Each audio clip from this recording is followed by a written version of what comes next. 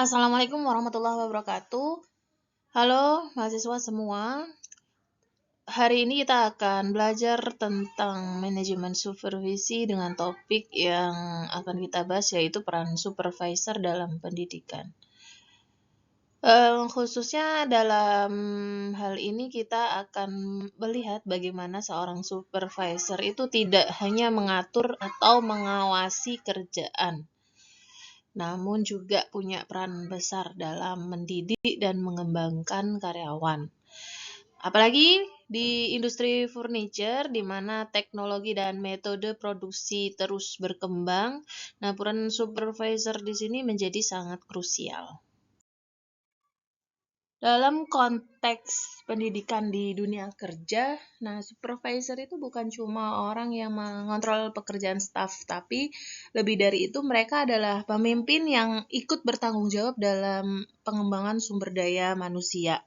Artinya, ini mereka ikut membimbing, melatih, dan memfasilitasi proses belajar di tempat kerja.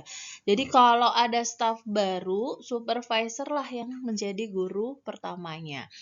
Kalau ada perubahan sistem, supervisor juga yang mengajarkan tim untuk beradaptasi. Nah, di dalam dunia kerja ini khususnya di industri furniture, supervisor itu lebih dari sekedar mandor atau atasan. Mereka ini adalah pemimpin dari pembelajaran di lini produksi. Misalnya saat ada staf baru masuk ke bagian pemotongan atau perakitan, siapa yang mengajarkan SOP-nya? Nah, itu supervisor ya. Saat mesin baru datang, siapa yang jadi penghubung antara pelatih vendor dan operator? Nah, supervisor juga. Jadi mereka punya peran besar dalam membentuk budaya belajar di workshop atau di pabrik nantinya. Supervisor itu punya posisi strategis dalam peningkatan kualitas SDM. Mereka bisa langsung melihat apakah ada staf yang membutuhkan bantuan. Nah, atau perlu untuk dilatih ulang. Misalnya ada karyawan yang belum terbiasa dengan prosedur baru. Jadi supervisor bisa langsung turun tangan membimbing. Selain itu, supervisor juga mendorong staf untuk ikut pelatihan, memberi feedback atau masukan yang tentunya membangun ya dan menciptakan suasana kerja yang mendukung pembelajaran. Intinya, supervisor adalah penggerak agar orang-orang di bawahnya ini bisa terus berkembang. Lanjut, supervisor juga berperan sebagai agen pendidikan di industri. Nah, apa ini maksudnya? Maksudnya, ini supervisor juga turut membantu menerapkan prinsip learning organization yang mana tempat kerja itu harus terus belajar dan berkembang. Salah satunya ini dengan mendorong alih pengetahuan dari pekerja senior ke junior gitu ya. Misalnya ketika ada teknisi lama yang sudah ahli, nah supervisor ini bisa mengatur mentoring agar pengetahuan itu enggak hilang. Mereka juga bisa merancang program pelatihan, mengatur mentoring, dan juga bersedia untuk memantau proses pembelajaran di dalamnya itu, proses pelatihan, program-program pelatihan di dalamnya itu. Kemudian dalam pelaksanaan pelatihan formal pun itu supervisor punya peran penting, misal mulai dari melakukan training, need assessment atau mengecek semua kebutuhan pelatihan seperti apa yang dibutuhkan tim. Lalu mereka juga mengawasi proses pelatihannya, apakah berjalan sesuai jadwal, apakah pesertanya aktif, dan seterusnya. Nah, setelah pelatihan selesai, ini supervisor juga perlu mengevaluasi hasilnya. Apakah ada peningkatan kompetensi? Nah, kalau belum, mereka bisa kasih masukan ke manajemen agar pelatihannya bisa disesuaikan. Oke, supaya lebih terbayang, mungkin teman-teman bisa melihat beberapa contoh praktek di lapangan di bidang furniture tentunya ya. Misalnya seorang supervisor ini memfasilitasi pelatihan penggunaan mesin baru tadi ya. Supervisor mendampingi staf dalam memahami dan mengoperasikan peralatan modern. Terus mungkin ada program seperti coaching klinik mingguan gitu ya untuk para teknisi. Jadi mereka bisa diskusi secara langsung kalau ada masalah-masalah teknis.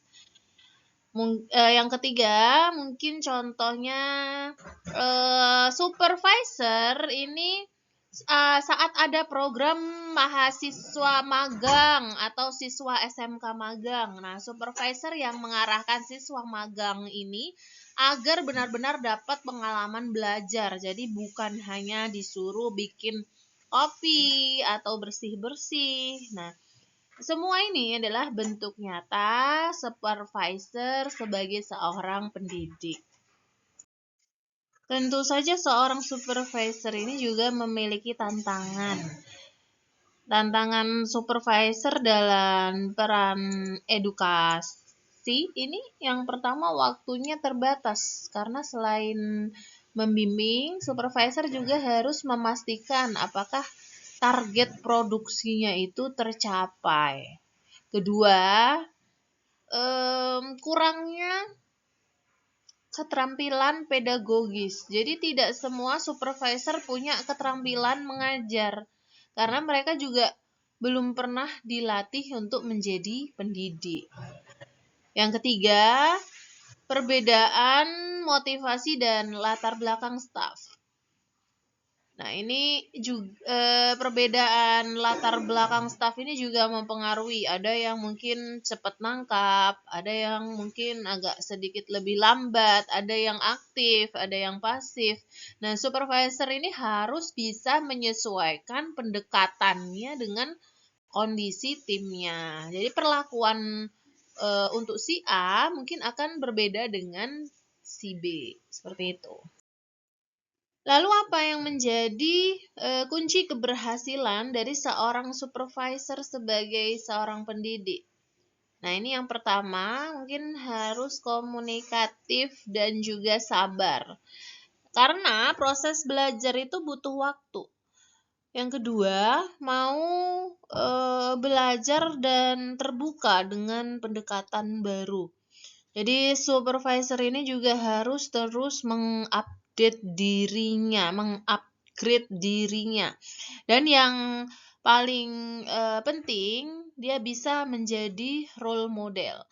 Jadi kalau supervisor itu dia sehari-harinya disiplin, terus terbuka dengan masukan, terus dia juga profesional, biasanya tim juga akan mengikuti dia gitu. Jadi pembelajaran itu bukan hanya sekedar teori, tapi soal keteladanan tadi. Jadi dia akan meneladani supervisor sehari-harinya. Oke, sekarang coba teman-teman renungkan sebentar, apakah kalian pernah melihat langsung sosok supervisor ini yang bisa mendidik stafnya dengan baik ya? Kira-kira apa dampak terhadap suasana kerja? Apakah lebih nyaman, lebih produktif, atau justru sebaliknya? Boleh nanti teman-teman membuatnya, jelaskan contoh spesifiknya bagaimana mereka melakukannya dan metode apa yang mereka gunakan. Tentunya ini dari pengalaman teman-teman sendiri mungkin di tempat magang atau di lingkungan kampus begitu ya. Oke, teman-teman, itu tadi pembahasan kita tentang peran supervisor dalam dunia pendidikan. Semoga bisa menambah wawasan dan membuka pandangan baru bahwa menjadi supervisor bukan sekedar soal produksi, tapi juga soal membangun manusia. Terima kasih sudah menyimak video ini. Sampai jumpa di sesi selanjutnya. Jangan lupa cek untuk add link-nya. Terima kasih. Wassalamualaikum warahmatullahi wabarakatuh.